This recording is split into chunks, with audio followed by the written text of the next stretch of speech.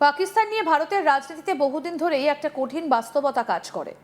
সীমান্তে সন্ত্রাস, জঙ্গি হামলা, কাশ্মীর যুদ্ধ এবং কূটনৈতিক সংঘাত সব মিলিয়ে পাকিস্তানকে ঘিরে ভারতের নিরাপত্তা ভাবনায় শত্রু শব্দটা খুব সহজে চলে আসে।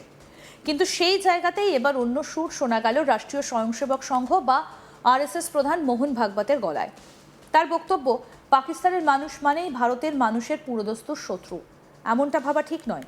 স্থায়ী ঘৃণা বা চিরস্থায়ী শত্রুতা কোনো সমস্যার সমাধান হতে পারে না। সংঘাতের সময় দেশের সরকার এবং সেনাবাহিনীর পাশে থাকতে হবে ঠিকই, কিন্তু সংঘাত শেষ হলে সম্পর্ক যেখানে থেমে গিয়েছিল সেখান থেকেই আবার এগিয়ে যেতে হবে।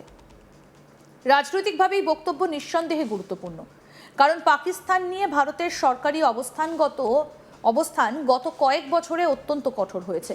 বিশেষ করে সীমান্তপারে সন্ত্রাসবাদকে কেন্দ্র করে নয়াদিল্লির বক্তব্য পরিষ্কার: সন্ত্রাস এবং আলোচনা একসঙ্গে চলতে পারে না। পাকিস্তানের মাটি থেকে সক্রিয় জঙ্গি সংগঠন এবং ভারত বিরোধী সন্ত্রাসের বিরুদ্ধে বারবার কঠোর অবস্থান নিয়েছে মোদী সরকার। সেই আবহে আরএসএস প্রধানের মুখে স্থায়ী শত্রুতা নয়, আলোচনা দরকার এবং পাকিস্তানিরা সবাই ভারতের শত্রু নয়, এই বার্তা নিঃসন্দেহে আলাদা মাত্রা তৈরি করেছে। তবে এটাকে সরাসরি পাকিস্তান নীতিতে মোদী সরকারের আসন্ন পরিবর্তনের ঘোষণা হিসেবে দেখা কতটা যুক্তিযুক্ত, এখানেই আসল প্রশ্ন। মুম্বাইয়ে একটা আন্তর্জাতিক যুব ও শিক্ষামূলক অনুষ্ঠানে বক্তব্য রাখছিলেন ভাগবত। সেখানে আন্তর্জাতিক সংঘাতের প্রসঙ্গ তুলতে গিয়ে তিনি 2025 সালের ভারত পাকিস্তান সংঘাতের কথাও বলেন।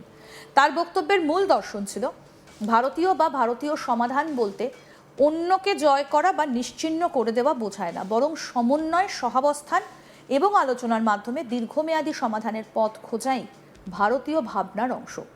এই বক্তব্যের মধ্যে পাকিস্তান প্রসঙ্গটা আরও গুরুত্বপূর্ণ হয়ে ওঠে যখন ভাগবত বলেন, সংঘাতের সময় সরকার এবং সেনাবাহিনীর পাশে থাকা প্রয়োজন, কিন্তু সেই সংঘাত যেন আগে থেকে থাকা মানুষের সম্পর্ক পুরোপুরি ছিন্ন না করে।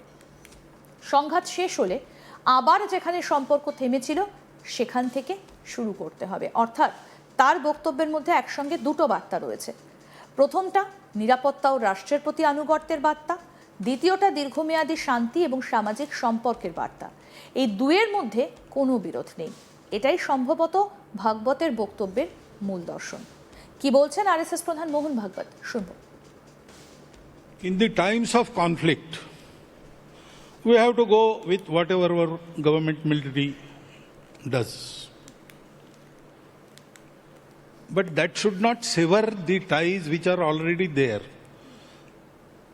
You have given two examples, Pakistan and China.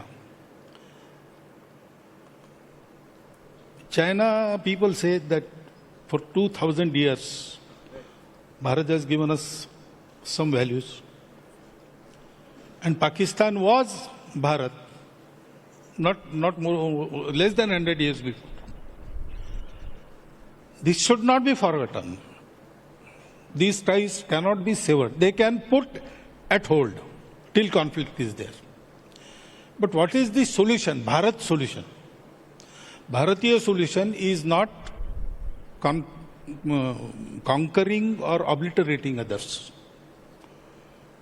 To form that harmonious assimilating process, that requires dialogue.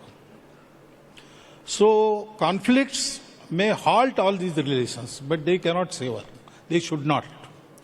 Sometimes, after resolution of conflict, we have to take up the sutra from where we have left it, and we have to continue. So permanent enmity, permanent hatred is not the solution. When there is some trouble, we have to look after it, and there is a way to look after it. We have to be all for that way. But that is a temporary thing. It comes due to politics.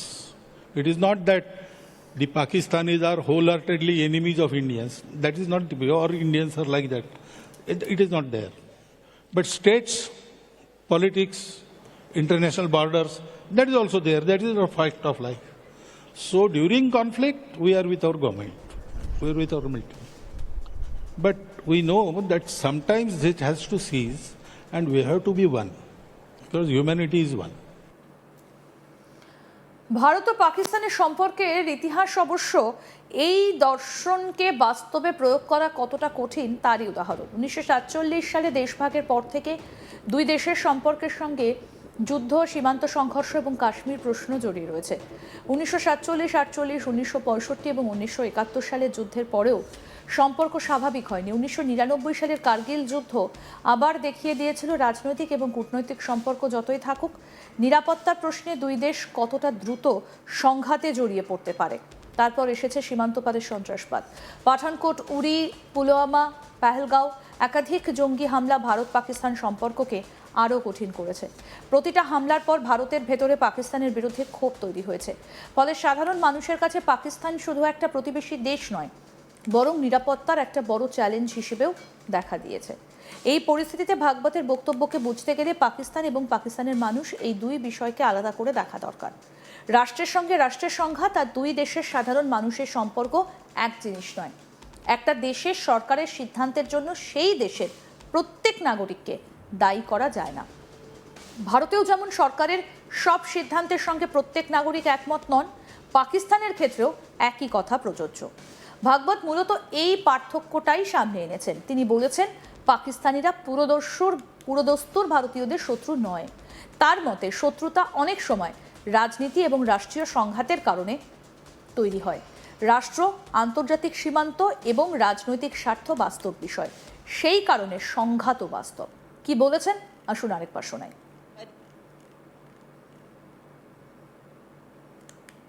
In the times of conflict, we have to go with whatever our government military does.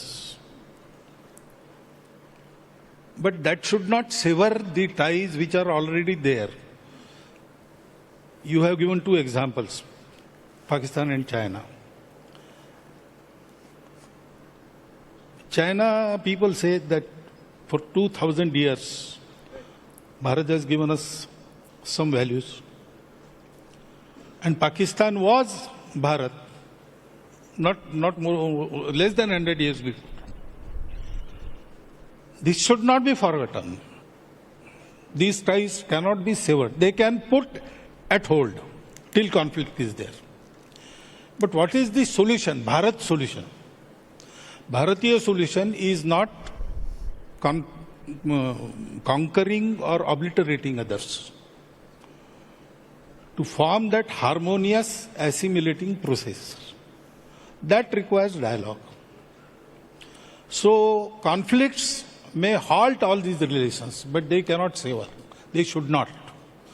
Sometimes, after resolution of conflict, we have to take up the sutra from where we have left it, and we have to continue. So permanent enmity, permanent hatred is not the solution. When there is some trouble, we have to look after it. And আরও update পেতে দেখতে থাকুন আজ তাক Bangla, subscribe করুন।